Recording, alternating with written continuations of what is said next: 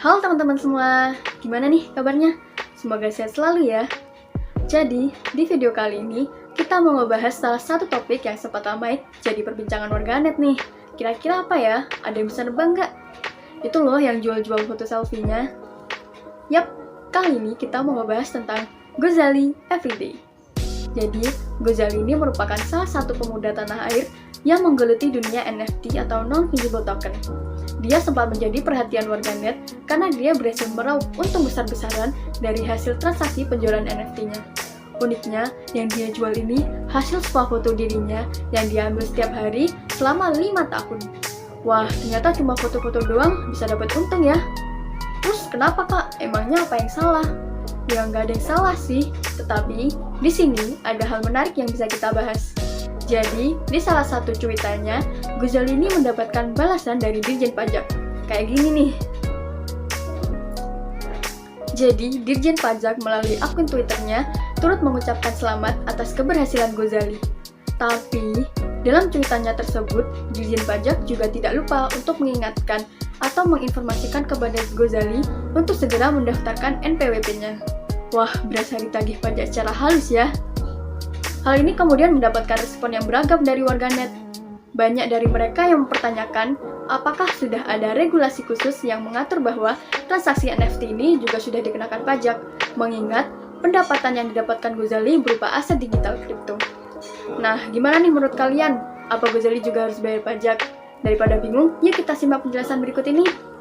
Hingga saat ini, masih belum ada ketentuan khusus yang secara tegas mengatur tentang pajak penghasilan dari dunia digital. Lalu, apa masalahnya sehingga Gozali Everyday harus membayar pajak? Ya, hal ini mirip dengan pungutan pajak penghasilan dari aktivitas kripto yang dilakukan oleh Gozali. Sebagaimana disebutkan dalam PPh nomor 21 pasal 1, yakni setiap tambahan kemampuan ekonomis dikenakan pajak. Juga dalam aktivitas kripto yang dilakukan oleh Gozali, Direktur Jenderal Pajak juga menjelaskan tidak hanya aset NFT, namun juga aset digital lainnya harus dilaporkan di SPT tahunan dengan menggunakan nilai pasar pada tanggal 31 Desember pada tahun pajak tersebut. Maka dari itu, Gozali Everyday dikenakan wajib pajak dengan sistem self-assessment atau melaporkan secara mandiri keuntungan yang didapatnya dari aktivitas digitalnya kepada kantor pajak. Berkaca dari fenomena transaksi NFT oleh Gozali Everyday, dapat dikatakan bahwa era digital menimbulkan isu-isu di bidang akuntansi yang menarik untuk didiskusikan, seperti penyajian nilai aset digital yang saat ini masih terdapat perbedaan pengakuan di beberapa negara, dan bagaimana cara membaca laporan keuangan tersebut untuk dapat memahami risiko yang terjadi pada transaksi yang digital tersebut. Transaksi akuntansi tidak dapat dipisahkan dengan pajak karena banyak transaksi yang terkait dengan perpajakan.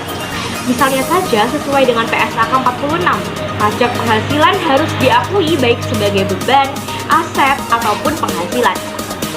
Pada saat transaksi bisnis berbasis digital, maka akuntansi dan perpajakan akan menjadi lebih kompleks. Beberapa transaksi perpajakan tersebut justru berpotensi akan mengurangi penerimaan negara jika tidak diantisipasi dari sisi regulasi ataupun dari sisi sistem berbasis IT. Dengan perkembangan teknologi pada era digital tersebut, profesi akuntan sejatinya juga harus terus bergerak ke depan untuk menyesuaikan perubahan yang terjadi dengan memanfaatkan kecanggihan teknologi, misalnya dengan menggunakan artificial intelligence dalam pengambilan keputusan dengan lebih menjunjung tinggi etika profesi.